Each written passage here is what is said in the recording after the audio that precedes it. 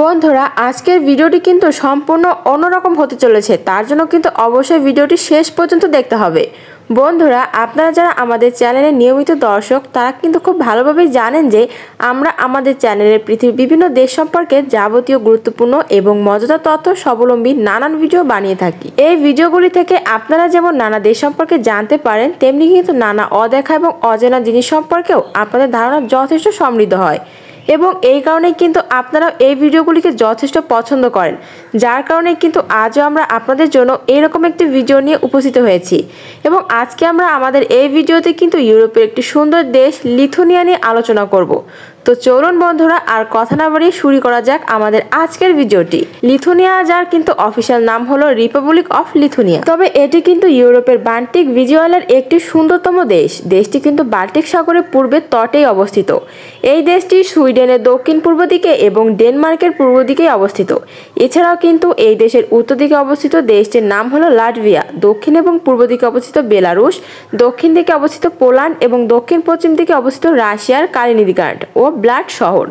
Lithuania দেশটির মোট আয়তন হলো প্রায় 16,300 স্কয়ার বর্গ কিলোমিটার, তবে এবং দেশটি কিন্তু মোট জনসংখ্যা হলো প্রায় 27,93,000-এরও আশেপাশে, অর্থাৎ প্রতি স্কয়ার কিলোমিটার এখানকার জনসংখ্যার ঘনত্ব প্রায় 43 জন। লিথুনিয়াকে বলতে গেলে একটি সম্পূর্ণ খ্রিস্টান দেশ। এদেশে কিন্তু মোট জনসংখ্যা প্রায় 93% মানুষই খ্রিস্টান ধর্মাবলম্বী, তবে এদের মধ্যে কিন্তু 75% মানুষ আবার ক্যাথলিক, খ্রিস্টান এবং বাকি 20% মানুষ কিন্তু অন্য ধর্মেরও রয়েছে, তবে এই অন্য ধরনের খ্রিস্টানদের মধ্যেও পড়ে। এছাড়াও কিন্তু লিথুনিয়ার বেশ কিছু জাতিগত গোষ্ঠীর প্রভাব দেখা যায়, যদিও এই দেশের প্রায় 90% মানুষই লিথুনিয়ার গোষ্ঠীর অন্তর্ভুক্ত, তবে তাছাড়াও কিন্তু এখানে প্রায় 6% পোল্যান্ড, 5% রাশিয়ান এবং কিছু সংখ্যক বেলারুশিয়ান ও ইউক্রেন জাতিগত গোষ্ঠীর লোকদেরও উপস্থিতি চোখে পড়ে। তবে এই দেশের নাগরিকদের লিথুনিয়ার নাগরিক বলা হয় এবং এই দেশের জাতীয় ভাষা কিন্তু লিথুনিয়ার নামেই পরিচিত। তবে এই দেশটি কিন্তু 1947 সালে 14 ফেব্রুয়ারি স্বাধীনতা লাভ করে, তাই জাতীয় মর্যাদার দিক থেকে এই দিনটি কিন্তু খুবই গুরুত্বপূর্ণ, অপরিসীম। এখানে মূলত ইউনিটি সেমি প্রেসিডেন্সিয়াল রিপাবলিক ধরনের সরকারও দেখা যায়, তবে এই দেশে কিন্তু পার্মানেন্টের নাম হলো সেইমাস। লিথুনিয়ার রাজধানী এবং সবচেয়ে বহরের নাম হলো ভিলিনিয়াস এবং জাতীয় মুদ্রা হলো ইউরো। তো বন্ধুরা এতক্ষণ তো আপনাদের সামনে লিথুনিয়া সম্পর্কে যাবতীয় গুরুত্বপূর্ণ তথ্যগুলি তুলে ধরলাম। আশা করি লিথুনিয়া সম্পর্কে এতক্ষণে আপনারা অনেকখানি জ্ঞান অর্জন করে ফেলেছেন। তাই এই লিথুনিয়াকে আরো ভালোভাবে জানার জন্য এবং ওখানকার সংস্কৃতিতে আরো ভালোভাবে বোঝার জন্য আসুন লিথুনিয়া সম্পর্কিত আরো বেশ কিছু তথ্যগুলি চটপট একবার জেনে নিই। আপনারা হয়তো অনেকেই জেনে থাকবেন যে লিথুনিয়ার জাতীয় খেলা হলো বাস্কেটবল, কিন্তু এই কথাটি এখানেই শেষ নয়, কারণ এই বাস্কেটবল খেলাকে নিয়ে সমগ্র লিথুনিয়াতে দেখা যায় এক অদ্ভুত উদ্দীপনা।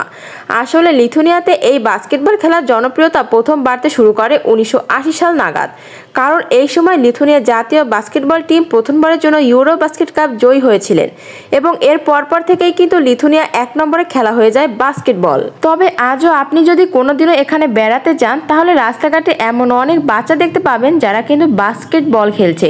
তবে সবচেয়ে বড় কথা হলো এত কম জনসংখ্যা দেশ হওয়া সত্ত্বেও লিথুনিয়া কিন্তু যাবতীয় বড় বড় বাস্কেটবল টুর্নামেন্টগুলিতে লাগাতার মেডেল জিতে এসেছে।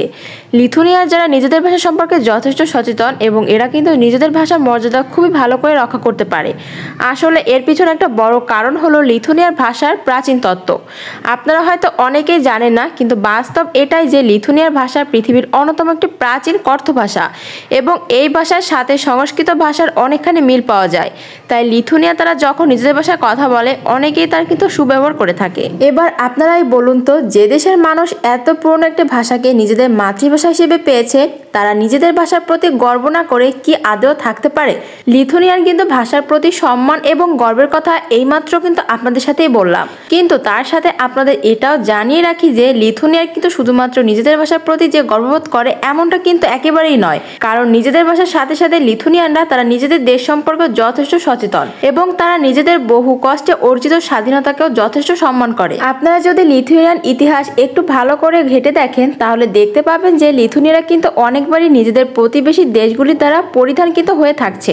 তবে শেষবার যখন রাশিয়া লিথুনিয়ার উপর কবজা করে তখন কিন্তু প্রায় 50 বছর পর লিথুনিয়া ফের একটি স্বাধীন দেশ রূপে আত্মপ্রকাশ করেছিল এবং দীর্ঘকাল পরাধীন দেশ হয়ে থাকার কারণেই কিন্তু লিথুনিয়া কিন্তু স্বাধীনতার আসল মানে বুঝতেই পেরেছে। বন্ধুরা, এখানে তো আমরা সকলেই জানি যে বর্তমান যুগে সবচেয়ে বড় চাহিদা হলো ইন্টারনেট। ইন্টারনেট ছাড়া কিন্তু বর্তমান দিনে আমরা একদম চলার কথা ভাবতেও পারি না, আর আমাদের পক্ষে চলা সম্ভব নয়। এবং যদি ইন্টারনেট স্পিড খুব ভালো হয় এবং ইন্টারনেট কানেকশনটি খুব সস্তা হয় তাহলে তো ব্যাপারটাই আলাদা। কিন্তু আমাদের দেশের মূল সমস্যাই হলো এই যে এখানে ইন্টারনেট কিছুটা সস্তায় পাওয়া গেলেও ইন্টারনেটের গতি অতটা কিন্তু ভালো নয়। তাই এই দিক থেকে কিন্তু লিথুনিয়ানরা কিন্তু অনেকটাই এগিয়ে, কারণ এই দেশে ইন্টারনেট খুবই সহজলভ্য এবং এখানে ইন্টারনেট স্পিড কিন্তু দারুণ। সবচেয়ে বড় কথা হলো এই যে লিথুনিয়ার আপনি এমন কোনো জায়গা পাবেন না যেখানে ইন্টারনেটই চলে না, কারণ লিথুনিয়া এমন একটি দেশ যেখানে সমগ্র দেশ জুড়ে ইন্টারনেট পরিবেশনা চালুই রয়েছে। খাদ্য অভ্যাসের দিক থেকে কিন্তু লিথুনিয়া কিন্তু বেশ মজাদার একটি দেশ। এখানে আপনি ইউরোপের বহুল প্রচলিত যাবতীয় খাদ্য তো খুব সহজেই পেয়ে যাবেন। তবে তাছাড়াও কিন্তু বেশ কিছু এমন খাদ্য আপনি এখানে পাবেন যা হয়তো এখানে ছাড়া আপনি অন্য কোনো দেশে খুঁজেই পাবেন না। এখানে একটা কথা বলে রাখা ভালো যে প্রতিটি দেশেরই এমন কিছু খাদ্য থাকে যা ওই দেশে ছাড়া অন্য কোথাও খেতে এতটা ভালোও লাগে না। আর ঠিক এরকমই একটি খাদ্য হলো স্প্যানিশ, যা লিথুনিয়ার কিন্তু জাতীয় খাদ্য বটে। তবে এখানে মুসলমানদের কাছে এটি কিন্তু অন্যতম সুখাদ্য। আপনি যদি কখনো কোনো লিথুনিয়াকে এটি খাওয়ার কথা বলেন তাহলে আপনি তার কাছে যথেষ্ট সম্মানিত হবেন। পৃথিবীতে এমন অনেক মানুষ আছেন যারা বিভিন্ন ধরনের বিয়ার খেতে পছন্দ করেন। এমনিতে সাধারণত পৃথিবীতে যে সমস্ত ব্র্যান্ডের বিয়ার পাওয়া যায় সেগুলি তো তারা টেস্ট করেই থাকেন, কিন্তু তার সাথে পৃথিবীর বিভিন্ন দেশের কিছু ট্রেডিশনাল এবং লোকাল বিয়ার তাদের পছন্দের তালিকায় অন্যতম একটি বিশেষ জায়গা দখল করেই রেখেছে। আপনি যদি একই রকম মানুষের মধ্যে পড়েন তাহলে কিন্তু লিথুনিয়া আপনার জন্য একটি আদর্শ স্থান বলে আমি মনে করি। তার কারণ লিথুনিয়া কিন্তু যারা এমনিতে সুপার করতে ভীষণ পছন্দ করে এবং এই কারণে কিন্তু আপনি এখানে প্রায় সব রকমের মদ তো পাবেনই, তার সাথে পাবেন বেশ কিছু স্থানীয় এবং ট্রেডিশনাল বিয়ার। তাই কিন্তু সুরাপানের প্রেমিক হলে লিথুনিয়া আপনাকে একবার হলো যেতেই হবে। হয়তো অনেকেই জানেন না, কিন্তু পৃথিবীর সবচেয়ে ভালো মানের আম্বার এখানেই পাওয়া যায়। এত ভালো মানের আম্বার কিন্তু লিথুনিয়াতে ছাড়া অন্য কোথাও পাওয়াই যাবে না। এত ভালো মানের আম্বার কিন্তু বাল্টিক সাগরের গভীর জলের নিচেই পাওয়া যায়, যা মূলত নিজের রং এবং সৌন্দর্যের জন্য বিখ্যাত।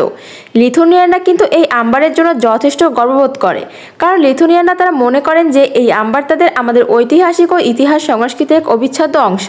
লিথুনিয়ায় কিন্তু আপনি খুব একটা জঙ্গল বা পাহাড় পর্বত দেখতে পাবেন না, কিন্তু তা বলে এটা কখনই মনে করবেন না যে লিথুনিয়ার প্রাকৃতিক সৌন্দর্যে কোনো খামতি আছে, কারণ এখানে ঘন ঘন জঙ্গল না থাকলেও সবুজের এক ফোঁটা এখানে সর্বত্রই দেখা যায়। তবে এখানে কিন্তু গ্রামগুলি অসাধারণ সৌন্দর্যে পরিপূর্ণ। মন মাতানো পরিবেশ, শান্ত হওয়া এবং সবুজের ছটা দিয়ে সমৃদ্ধ এই গ্রামগুলি আপনি একবার দর্শন না করলে এখানকার সৌন্দর্য আপনি অনুভব করতে পারবেন না। তাই আপনি যদি শহরের জীবন থেকে ক্লান্ত হয়ে গিয়ে থাকেন তো কয়েকদিন ছুটি কাটানোর জন্য আপনাকে কিন্তু অবশ্যই লিথুনিয়া দেশটি বেছে নিতেই হবে। বন্ধুরা, এই দেশটি সম্পর্কে আপনার মতামত নিচে কমেন্ট করে কিন্তু আমাদের জানাতে পারেন। ভিডিওটি ভালো লাগলে অবশ্যই লাইক করবেন এবং শেয়ার করে অন্যদেরকেও জানাবেন। এবং আপনি যদি আমাদের চ্যানেলে নতুন হন তাহলে কিন্তু চ্যানেলটি অবশ্যই সাবস্ক্রাইব করবেন। আমাদের ছোট্ট মায়াজাদা চ্যানেলের পাশে থাকার জন্য অসংখ্য অসংখ্য ধন্যবাদ। কিন্তু আপনাদের একটি কথা কিন্তু অবশ্যই কমেন্ট করে আমাকে জানাতেই হবে যে এর পরবর্তী ভিডিওতে আপনারা কোন দেশ সম্পর্কে জানতে চান। ধন্যবাদ।